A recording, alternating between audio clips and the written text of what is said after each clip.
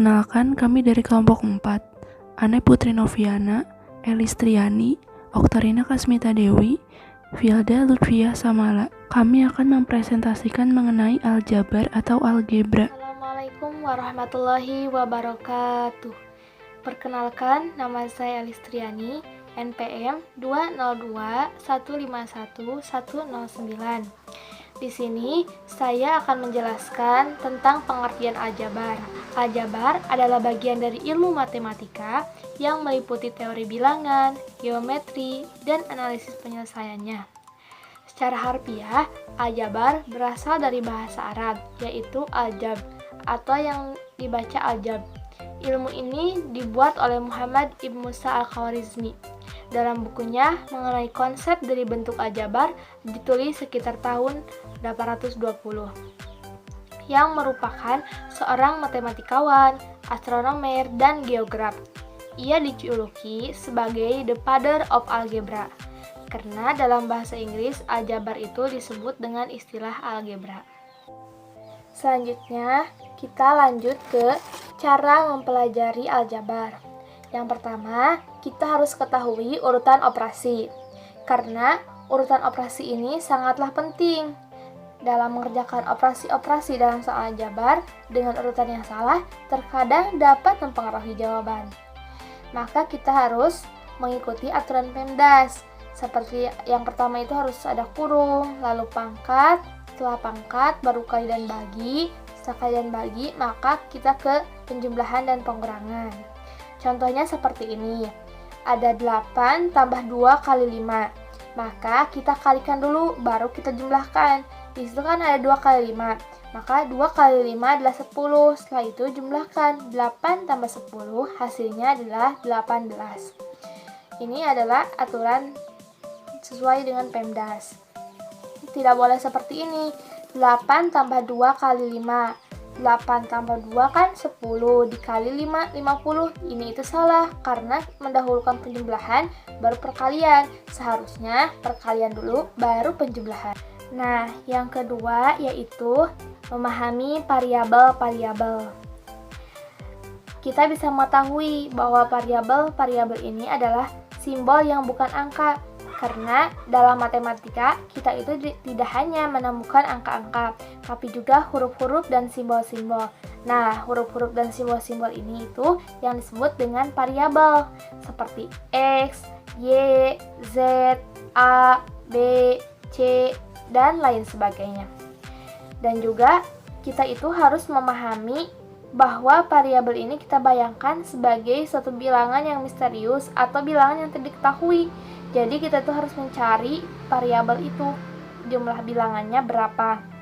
Dan juga kita itu jika ada variabel yang lebih dari satu, maka kita harus sederhanakan. Seperti ini contohnya, 2x tambah 1x sama dengan 9.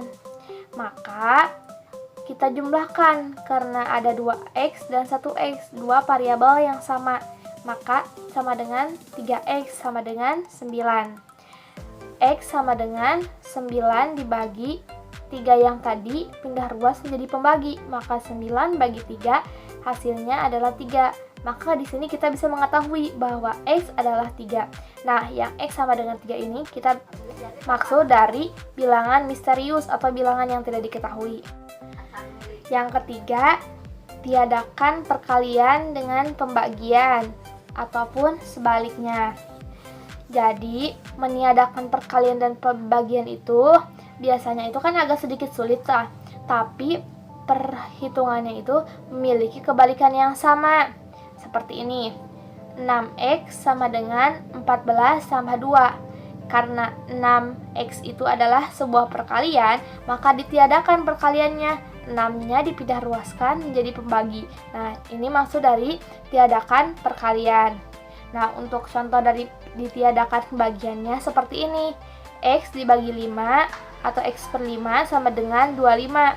Maka X sama dengan yang X per 5-nya itu kan dihilangkan bagiannya. 5-nya dipindah ruaskan menjadi perkalian. Nah, ini seperti ini. Jadi kita tuh meniadakan pembagian antara variabel ini. Nama saya Anu Putri Noviana dengan NPM 0,2151110. Contoh aljabar di kehidupan sehari-hari. Uang saku kita sebesar 70.000 setiap minggu, karena setiap hari Selasa dan Rabu ada pelajaran tambahan, serta hari Jumat ada kegiatan ekstrakurikuler pada pukul 14.20. Sedangkan setelah pulang sekolah, kita tidak pulang dahulu, langsung lanjut belajar tambahan. Maka dibutuhkan uang makan plus uang jajan sebesar 10.000. Nah, kita kebingungan menentukan uang saku setiap hari selain Selasa, Rabu, dan Jumat selama 1 minggu. Jika dalam 1 minggu itu kita ingin menabung uang sebesar 25.000 dengan bantuan aljabar, kita dapat menentukan uang saku kita per hari.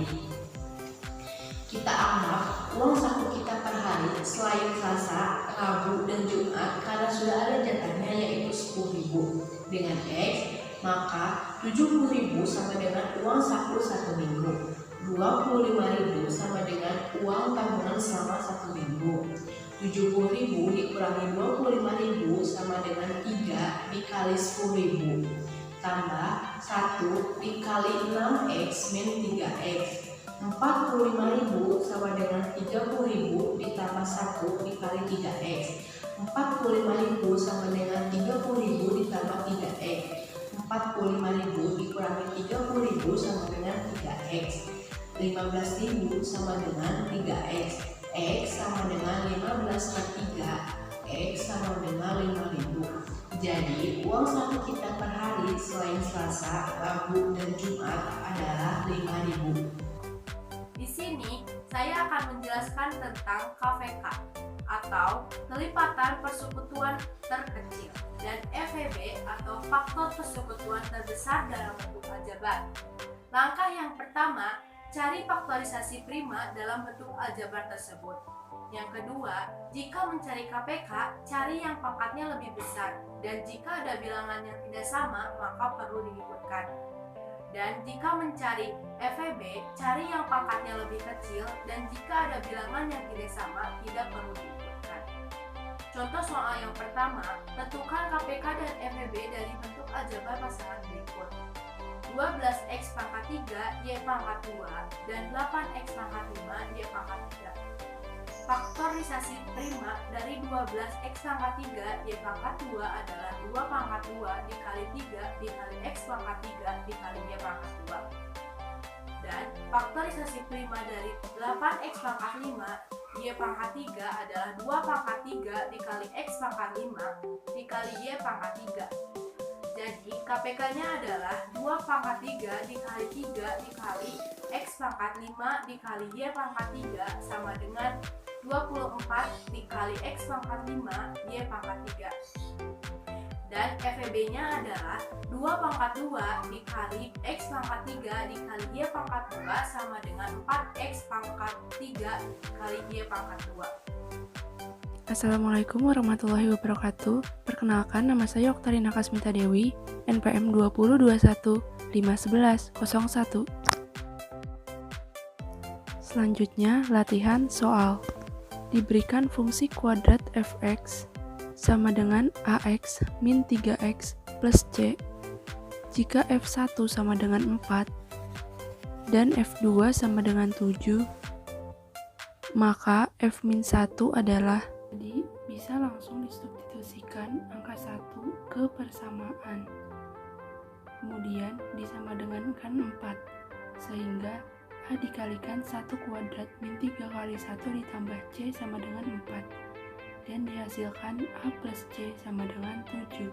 Substitusikan 2 ke persamaan dan disama dengankan dengan 7, sehingga A dikalikan 2 kuadrat min 3 kali 2 ditambah C sama dengan 7, sehingga dihasilkan 4A plus C sama dengan 13. Kemudian eliminasi kedua persamaan tersebut, sehingga didapatkan min 3A sama dengan min 6, A sama dengan 2. Selanjutnya, substitusikan 2 ke persamaan A plus C sama dengan 7, sehingga didapatkan C sama dengan 5.